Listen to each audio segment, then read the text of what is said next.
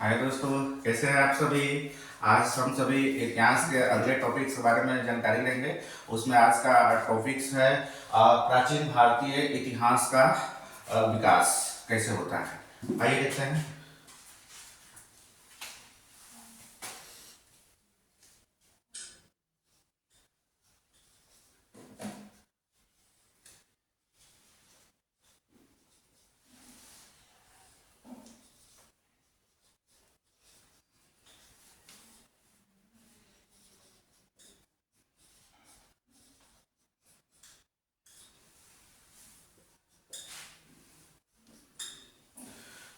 हम देखेंगे प्राचीन भारतीय इतिहास की जानकारी के हमें तीन प्रकार से स्रोत मिलते हैं। पहला जो है प्रागैतिहासिक काल से, दूसरा जो है आदि ऐतिहासिक काल से, तीसरा जो है ऐतिहासिक काल से।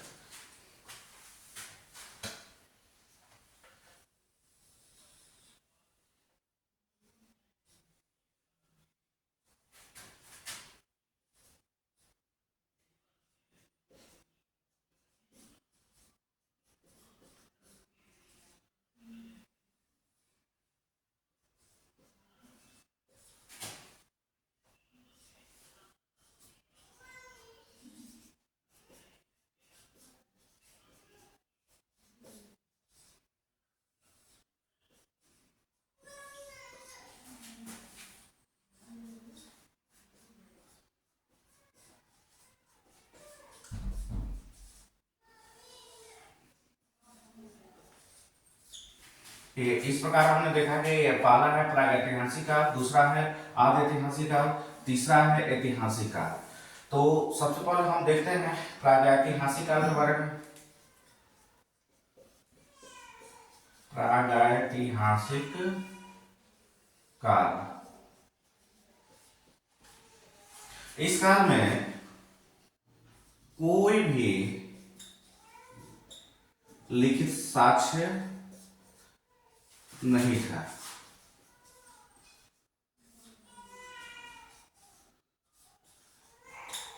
या कहें तो पुरातात्विक साक्ष्य भी नहीं था।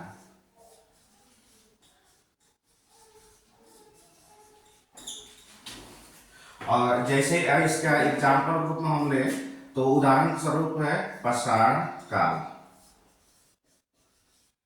इस काल में हमें कोई भी लिखित साक्ष्य प्राप्त नहीं होती है और ना ही जो है पुरातात्विक साक्ष्य की कोई प्राप्ति होती है, जिसके कारण से जो है प्रागैतिहासिक काल के बारे में हम लोगों की जानकारी अधूरी ही रह जाती है। चलिए उसके बाद है दूसरा जो है आदि ऐतिहासिक काल।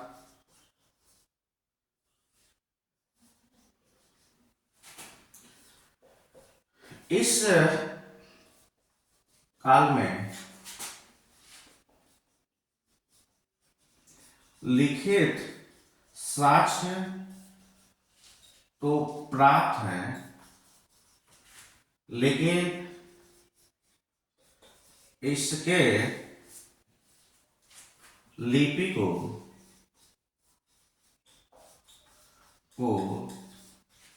कोई भी नहीं पढ़ सका है अभी तक। जैसे में हो जाएगा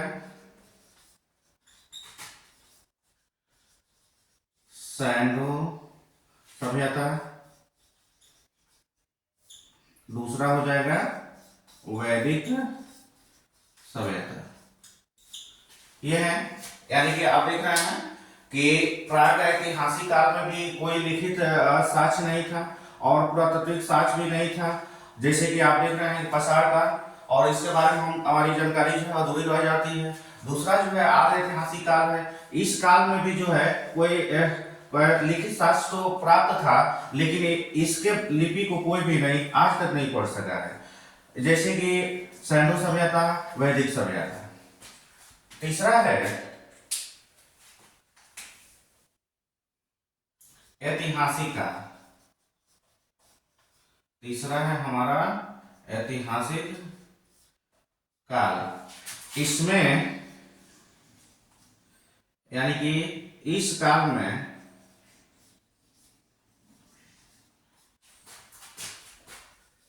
लिखित साक्ष्य भी है तथा इसको पढ़ा भी गया है। अब जैसे और लेकिन एक और भी इसकी सबसे बड़ी खासियत है कि यह विदेशी जितने भी विदेशी यात्री थे उन्हीं पर यह निर्भर रह गया। यह विदेशी यात्रियों के लेखन पर ही आधारित है। चलिए इसको लिखना चाहते हैं तो लिख सकते हैं, उतार लीजिए आप लोग।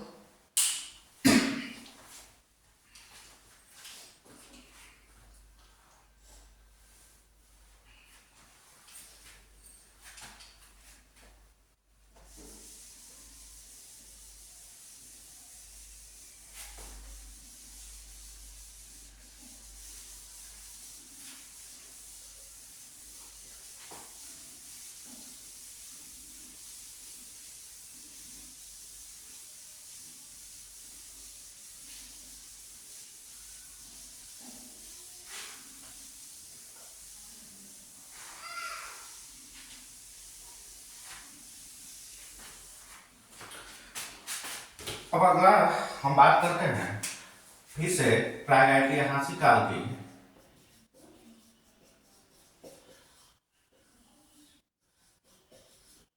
तो प्रागैतिहासिक काल को 3 भागों में बांटा गया है। पहला है पूरा पाषाण काल, दूसरा है मध्य पाषाण काल और तीसरा है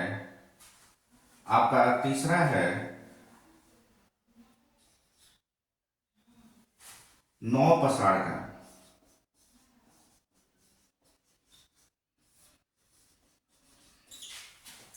इसके काल की अगर गणना करें तो प्रारंभ से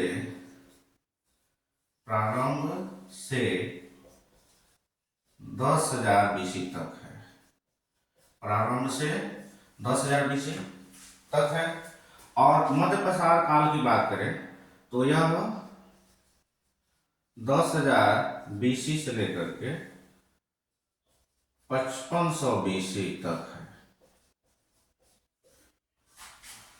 और नवपाषाण काल की बात करें तो इसकी गणना 5500 BC से लेकर के 3000 BC तक की जाती है। तो इस प्रकार जैसे पूरा पाषाण काल, जैसे प्रागैतिहासिक काल को 3 भागों में बांटा गया है। पहला पूरा पाषाण काल, दूसरा मध्य पाषाण काल और तीसरा जो है नवपाषाण काल। यानी कि पहला पूरा पाषाण काल, दूसरा मध्य पाषाण काल, तीसरा नवपाषाण काल। अगर बात करें इसकी काल की, समय की, कि कब से कब तक है, तो पूरा पाषाण काल की गणना जो है प्रारंभ से 10,000 BC तक की जाती है और मध्य पाषाण काल की जो गणना है वो 10,000 BC से लेकर के 5500 BC तक की जाती है और नवपाषाण काल की गणना 5500 BC से 3000 BC तक की जाती है। अब बात आती है, मैंने एक शब्द इसमें यूज किया है BC का। BC का मतलब होता है before Christ. Christ Isa Masih को कहा जाता है, यानी कि उनके ईसा मसीह के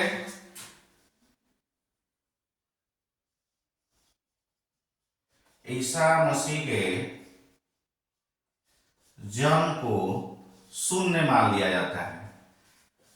ईसा मसीह के जन्म को शून्य मान लिया जाता है और उनके जन्म की जो पहले की घटनाएं हैं या इतिहास है उसको BC यानी बिफोर क्राइस्ट, ईसवी पूर्व के नाम से जाना जाता है। और उनके जन्म के जो बाद की घटनाएं हैं ईसवी यानी कि AD के रूप में जाना जाता है।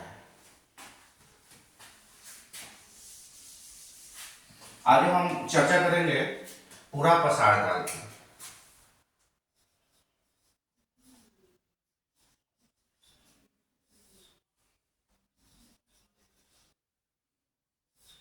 और पूरा प्रसार के अवशेष की बात करें तो इसके अवशेष हमें सोहन नदी घाटी, बेलन नदी घाटी,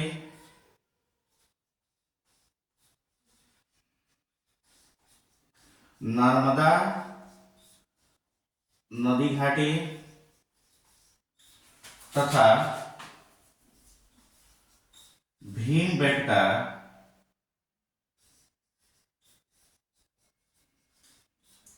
नामक शैल चित्र।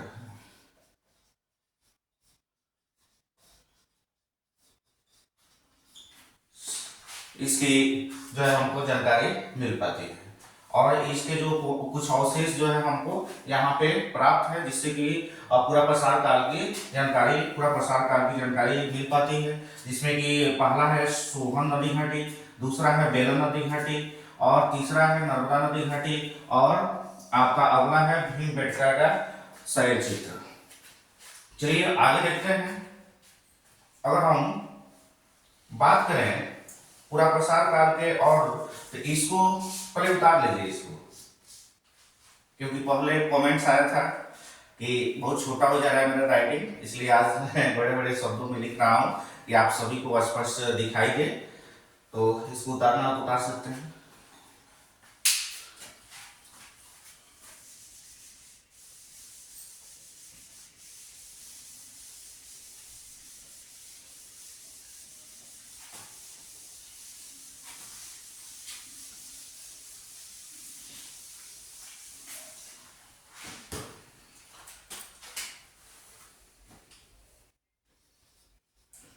पूरा प्रसार काल को 3 भागों में बांटते हैं। पहला आपका है निम्न पूरा प्रसारण काल,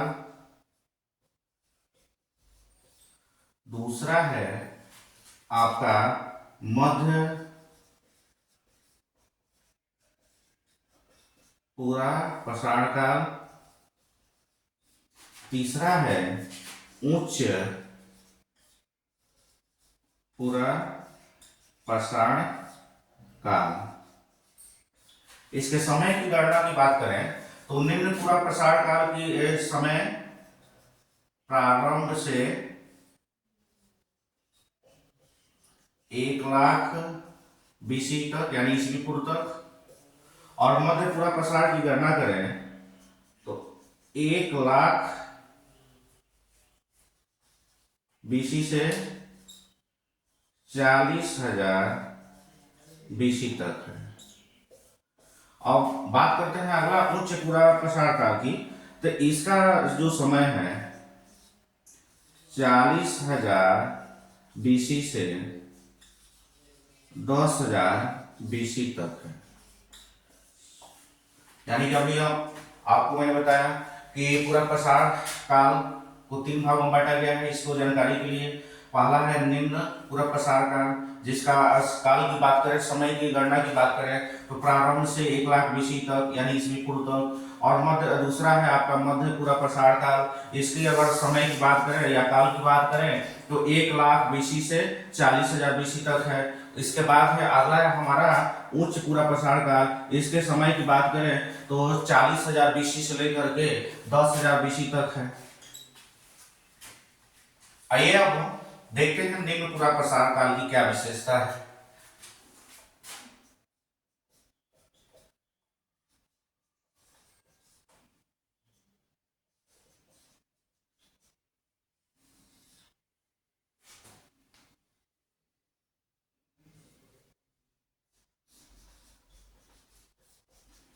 इसकी बात करें, सबसे पहले अवशेष की बात करें कि आखिर इसके अवशेष कहां कहां से प्राप्त हुए हैं। तो इसके अवशेष अभी बात की सोहन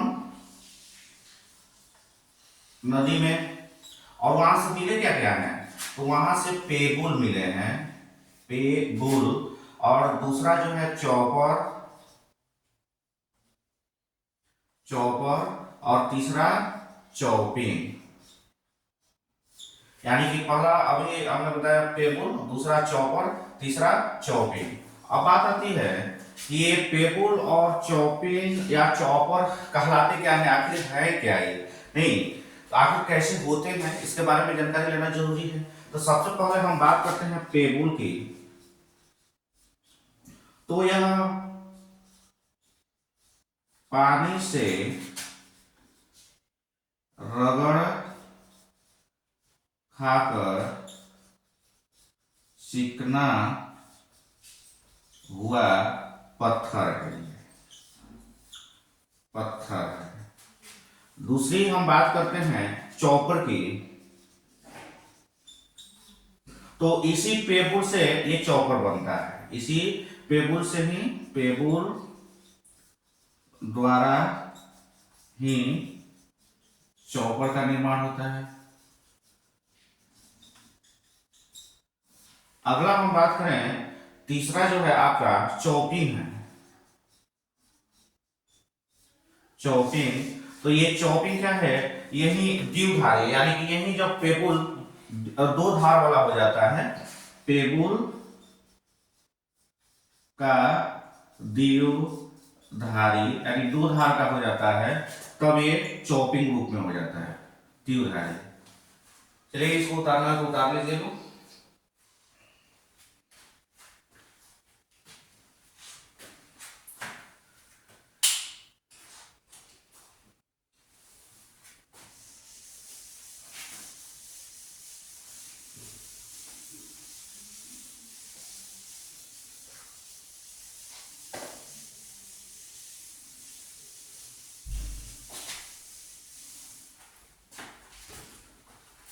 अगला टॉपिक है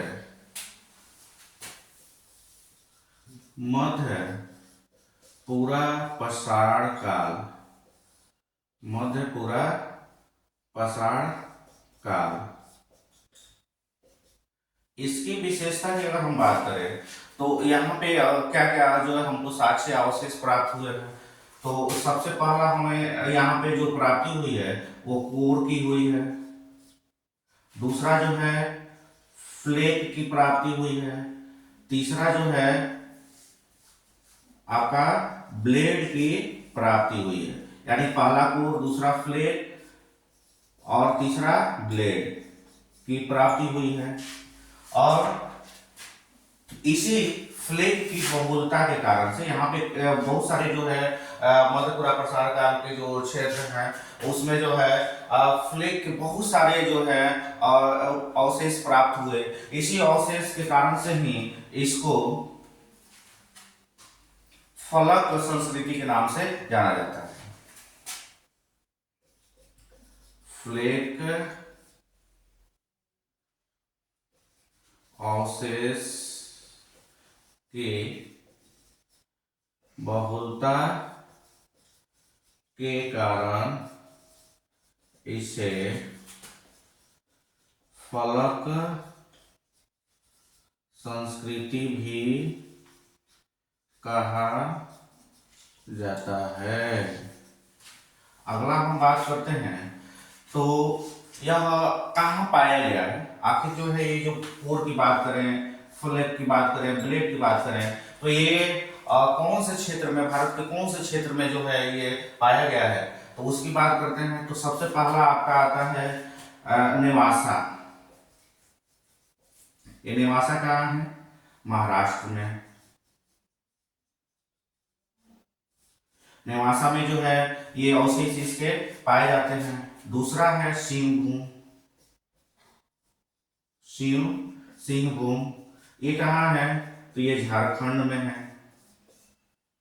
अगला है ये जो है चकिया, जो चकिया में जो है ये कुछ इसके अवशेष मिले हैं। चकिया कहाँ है, तो बनारसी यानी बनारस यूपी में है, यानी उत्तर प्रदेश में। अगला बात करते हैं तो यह इसके अवशेष भीमबेटका में भी मिले हुए हैं। इसके अवशेष जो है भीमबेटका में भी मिले हैं। भीमबेटका, और भीमबेटका कहाँ है, तो मध्य प्रदेश में है। भीमबेटका मध्य प्रदेश में आता है। चलिए अगला टॉपिक है हमारा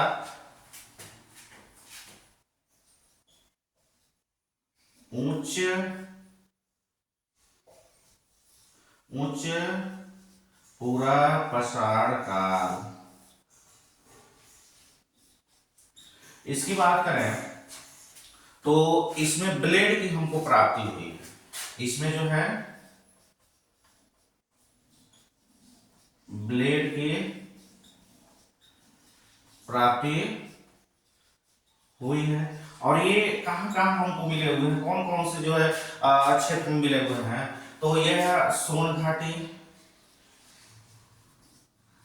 जगदाहा, सिंहभूम, सोन घाटी, जगदाहा, सिंहभूम, भीमबेटका, रायपुर तथा बघेलन में मिला हुआ है। इसके अवशेष की बात करें, सबसे पहले तो यहाँ पे क्या प्राप्त हुई है, इन जगहों पे ब्लेड की प्राप्ति हुई है। और कहाँ कहाँ ये जो है ये प्राप्त हुआ है, तो सोन घाटी, जगदाहा, सिंहभूम और भीमबेटका, रायपुर और बघेलन में जो है इसके अवशेष जो है यानी कि ब्लेड की प्राप्ति हुई है। तो ये किससे, पूरा प्रसार काल से है। चलिए अगला हमारा टॉपिक है, तब तक के लिए इसको उतार सकते हैं।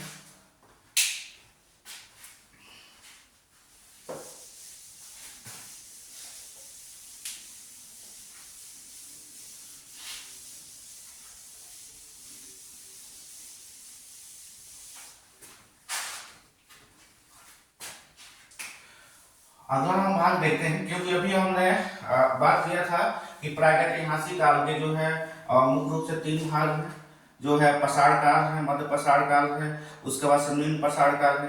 तो अब जो है हमने प्रसार काल के बारे में जानकारी ले ली। अब हम अगला टॉपिक देखते हैं, मध्य प्रसार काल। मध्य प्रसार काल, इसकी हम बात करें तो इसमें जितने भी उपकरण मिले हुए हैं, इस काल के अंतर्गत के जितने भी उपकरण मिले हुए हैं, सब छोटे छोटे हैं। इस काल के सभी उपकरण छोटे छोटे मिले हैं, छोटे छोटे मिले हैं, जिसके कारण इसे माइक्रोलिथ, जिसके कारण इसे माइक्रोलिथ संस्कृति के नाम से जाना जाता है। यानी कि यहाँ पे मध्य प्रसार की बात करें तो इस काल के जितने भी उपकरण मिले हैं, सब छोटे छोटे मिले हैं, जिसके कारण से इसको जो है माइक्रोलिथ संस्कृति के नाम से जाना जाता है। और इसकी और भी बहुत सारी विशेषता है। दूसरी विशेषता की बात करें तो इसमें मानव को अस्थि पिंजर भी मिले हुए हैं। और ये कहाँ कहाँ मिले हैं, मानव के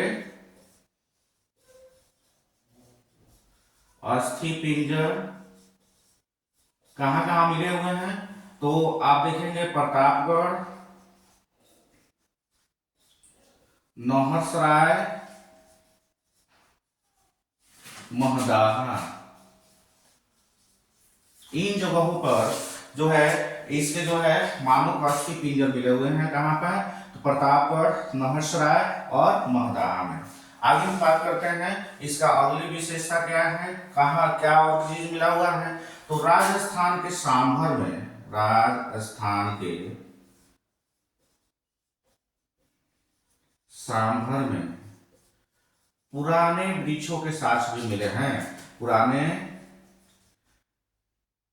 वृक्षों के साक्ष्य भी मिले हैं। अगला हमारा जो भाग है, अगला टॉपिक्स है, क्योंकि हमने 3 भाग अभी प्रसार काल से पढ़ा, जो है पहला जो है मध्य जो है आपने देखा टोटली जो है चलिए आगे पढ़े, इसको देखते हैं, नौ प्रसारण काल को पहले देख लेते हैं।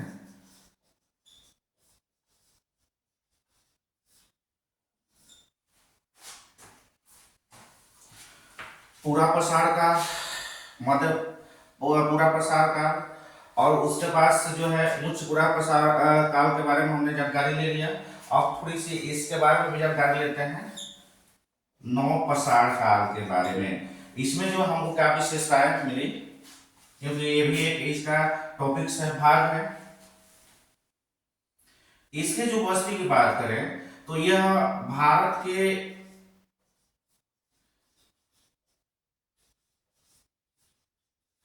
मेहरगढ़ में मिला है। ये मेहरगढ़ अभी कहाँ है, तो पाकिस्तान के बलूचिस्तान में अभी ये है। ये मेहरगढ़ कहाँ है, तो भारत के पाकिस्तान के बलूचिस्तान में जो ये मेहरगढ़ है, जो कि सबसे प्राचीन जो है ये अवशेष यानी क्षेत्र है, और जो कि मिला है, और यह 60,000 वर्ष पहले की है, यानी 60,000 वर्ष पहले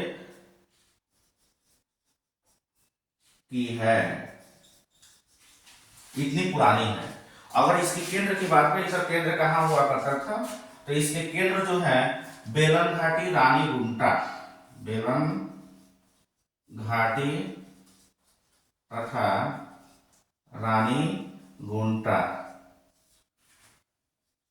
अगला बात करें तो इसमें जो है इस जो है काल के जो कोल्डी हवा में, कोल्डी हवा, कोल्डी हवा, कोल्डी हवा में चावल के अवशेष मिले हैं, चावल के अवशेष मिले हैं, कोल्डी हवा में चावल के अवशेष मिले हैं। और उपकरण यहाँ पे कौन कौन से उपकरण मिले हैं, उपकरण की बात करें तो यहाँ पे खुरपी, छेंदी, और इसके बाद से हथौड़ी, और बात करें तो जो है बांसुरी भी मिला हुआ है। यानी कि यहाँ पे उपकरण कौन कौन से मिले हैं, खुरपी, छेंदी, हथौड़ी और बांसुरी। पहले दोस्तों, अब आगे के टॉपिक्स अगले वीडियो में हम देखेंगे। तब तक के लिए अलविदा, नमस्कार, जय हिंद, जय भारत। और प्यारे दोस्तों, मेरे YouTube चैनल को जरूर सब्सक्राइब करें, लाइक करें, कमेंट्स करें और शेयर करें। धन्यवाद।